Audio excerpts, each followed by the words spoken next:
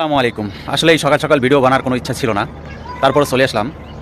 ভারতের কিছু চুলকানি টিভির নিউজ দেখে আর চুপ থাকতে পারলাম না।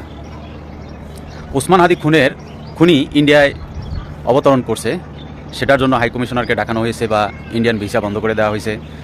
আর সাজিদ আলম সেভেন সিস্টার ভাঙ্গার একটা হুঙ্কার দিয়েছে, সেটা নিয়ে ইন্ডিয়া সোশ্যাল মিডিয়া পারমাণবিক বোমা, এই বোমা সেই বোমা, এই আছে সেই আছে, বাংলাদেশের কী হবে এরকম হুমকি বা ভয় দেখাচ্ছে বাংলাদেশকে। তো ইন্ডিয়া দাদা ভাইরা, আপনার সাথে আমি একটা কথা বলি। জাপানে হিরোশিমা থেকে জাপানে যদি আমেরিকা 2টা পারমাণবিক বোমা মারার পরেও তারা যদি মিত্র হতে পারে, তাহলে আমরাও কিন্তু 9 মাস যুদ্ধর পরে পাকিস্তানের মিত্র হতে পারি, বন্ধু হতে পারি। আমরা যদি পাকিস্তানকে বাংলাদেশে একটা ঘাঁটি দেই, তাহলে আপনাদের অবস্থা কী হবে সেটা কি আপনারা বুঝতে পারছেন? তো আসলে আপনাদের খবর, আপনাদের যেভাবে বাংলাদেশকে পারমাণবিকের হুমকি দিচ্ছেন বা বিভিন্ন ধরনের হুমকি দিচ্ছেন, খাদ্যদ্রব্যর হুমকি দিচ্ছেন, মনে হয় যে বাংলাদেশ ইন্ডিয়া ছাড়া চলে না। অবশ্যই বাংলাদেশ ইন্ডিয়া ছাড়াই চলবে, লস হলে আপনাদের হবে। আর আপনারা বেশি লাফালাফি করতেছেন, এতভাবে বিশ্রীভাবে কথাবার্তা বলতেছেন, যা শুনে শরীরের রক্ত সাধারণত এমনি গরম হয়ে যায়। আমরা তো বাংলাদেশিরা কখনো ইন্ডিয়ার খারাপ চায় না, কিন্তু আপনারা কি করতেছেন, আমাদের দেশ থেকে খুনি সন্ত্রাসীরা আপনাদের দেশে রয়েছে, আপনারা কি করতেছেন, সেগুলোকে আশ্রয় দিচ্ছেন, আপনারা সেগুলোকে পালতেছেন।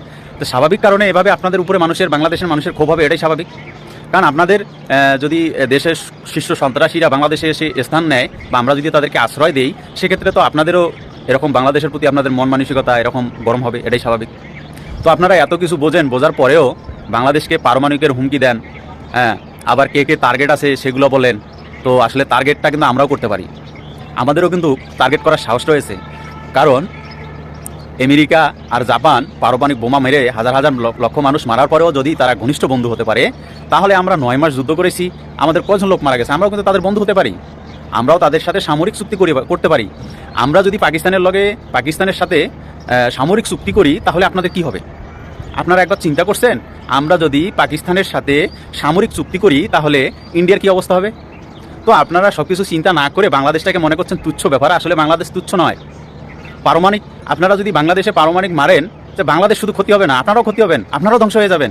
আর এত সহজে বাংলাদেশের পারমাণবিক বোমা আপনারা মারতে পারবেন না, এটা খুব ভালো করে জানা আছে। আপনারা হুমকি দিচ্ছেন, আপনাদের চুলকানি টিভির নিউজে যেগুলো দেখলে মনে হয় শরীরে রক্ত গরম হয়ে যায় আপনাদের কথাবার্তা শুনলে।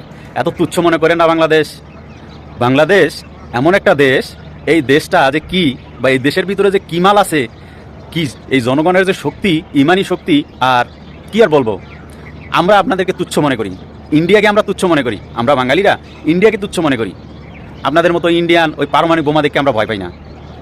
তো সর্বশেষ কথা হলো, এই যে আজে বাজে কথা বাদ দিয়ে লিগ্যাল সেটাতে আসেন। যেসব শীর্ষ সন্ত্রাসী খুনি আপনাদের দেশে আছে, সেগুলোকে ফেরত দেন। আপনাদের সাথে আমরা ঝগড়া করতে চাই না, আপনারাই আমাদের সাথে ঝগড়া বাঁধানোর জন্য এভাবে শীর্ষ সন্ত্রাসীদের আশ্রয় দিচ্ছেন। তো সবাই ভালো থাকবেন। আমার ভিডিওটা যদি ভালো লাগে, অবশ্যই লাইক কমেন্ট করতে ভুলবেন না।